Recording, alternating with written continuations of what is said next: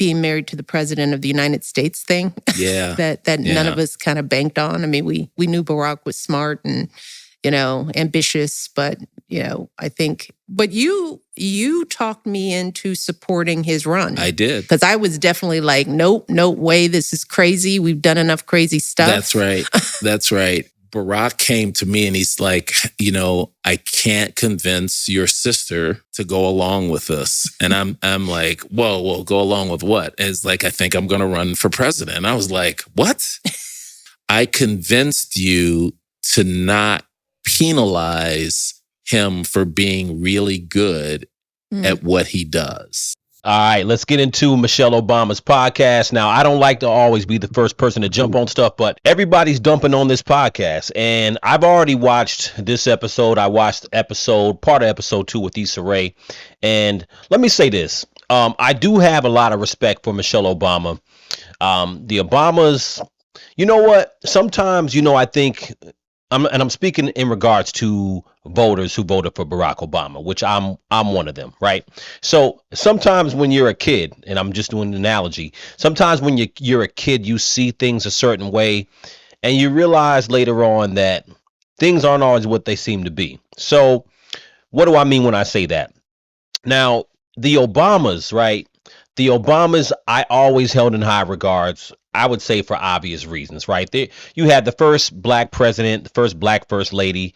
For those of us who are black and or of color, whatever whether you're somebody who is of color, it was a big moment in time in 2008 when Barack won. But I'm saying all that to say that I think things have changed now. And the way the internet is, the way the social media is, there are things about the Obamas that have changed.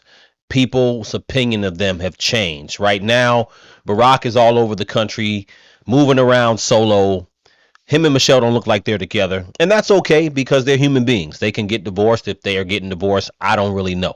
There's a couple of things that are taking her, I don't want to say her celebrity, but taking her influence down a notch. I think she's probably like, listen, I'm going to do a podcast. I'm going to be a regular person. And I think she's trying to carve out her own identity even further outside of being the first lady. My first divorce, my only divorce. Yeah. And I didn't tell you about it. Yeah. And the reason I didn't tell my sister about it or my mom or anybody close to me. Or just the challenges you guys were facing. Was because I know my sister. And I said, if I tell her about this, she's never going to get over it. And if we ever got back together, it wasn't gonna be good for my first wife. So I was trying to hold off telling everybody. But the first person I did tell was Mish. And she was so mad that I hadn't told her and so disappointed that I vowed that I would never not tell her, hold anything from you. I think the problem is that, and let me just keep it funky. Let me not even beat around the bush. I don't think anybody cares about Craig Robinson, Michelle Obama's brother.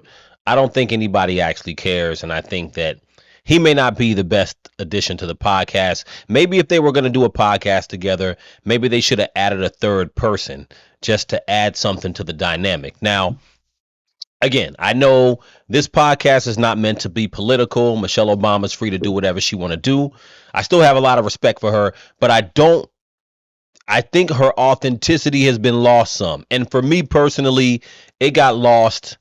This whole endorsement, I wish her and Barack had never endorsed Kamala because I think that, and I know they had to, but that's where they lost credibility with me because they went ahead and endorsed a campaign that had so many issues, so many problems, and they were supposed to be, Barack and Michelle were at the top of opinions when it came to, or the top of status when it came to Democrats. It's not that way anymore. I think Barack, obviously, I talked about this months back during the campaign when he chastised black men about not wanting to vote for a black woman. That's neither here nor there at this point because it's all water under the bridge. But I think that Barack's status has been lost a little bit. And like I said, he's roaming all over the place. They have pictures of him everywhere without Michelle.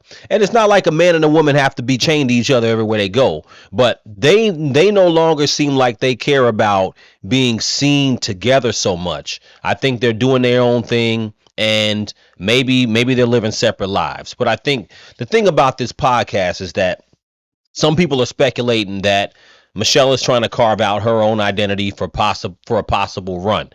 I don't think she's going to try to run for president. I don't think she wants to be in politics. We need Michelle Obama to say something that is going to make us feel okay with how things are going right now.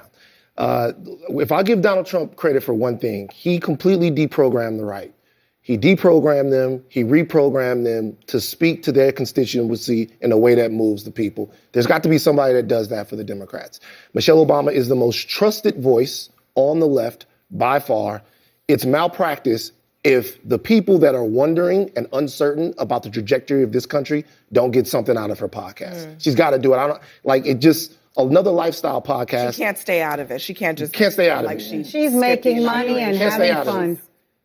We all are sort of all, it's like programmed to talk about how great she is and how smart she is. I mean, she campaigned a lot for Kamala Harris. She was a key speaker of the Democratic National Convention. Barack Obama was a key strategist for this whole thing that happened last year. And yet somehow Donald Trump still won. So I'm rethinking the premise of that she's the answer to the future, or that any politician is the answer to the Democratic Party. We've passed the point now where she would be a strong voice for the Democratic Party. Honestly, I'll keep it honest. If she was going to run for president, she should have ran in 2024. She should have ran this last election against Donald Trump.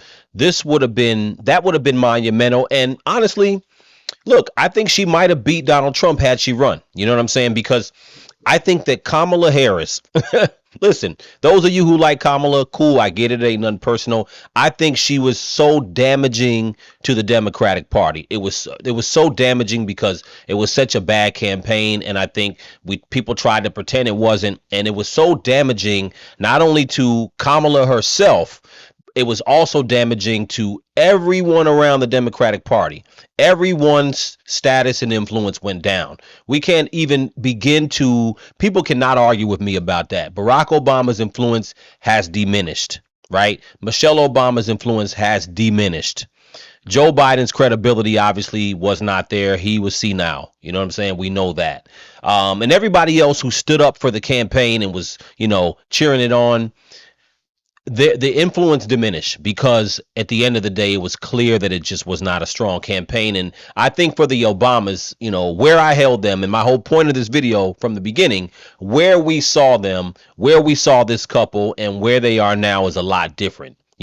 So what I would have hoped for Michelle Obama, I honestly think she should fade into the background and live her life, which I think she's doing. However, when you're out in the open and you're doing a podcast, you're going to face all this scrutiny, and people are going to the podcast and the comments are bombing on it. You know what I'm saying? So not that she can't do a good podcast, and not that she can't have something as far as interviews. Who knows? She's only done 2 episodes. So as the interviews go on, maybe she'll have more interviews and the podcast can get better. You know what I'm saying? That's how podcasts go. You build it up. But keep in mind, she's the first lady. So I think that either she's going to go to a point where she increases her influence politically, which I don't think she wants to do, or she's just going to make a great podcast. But I think making a great podcast that's not political will never put her back in that realm when people are looking like, oh, she is the answer to the Democratic Party.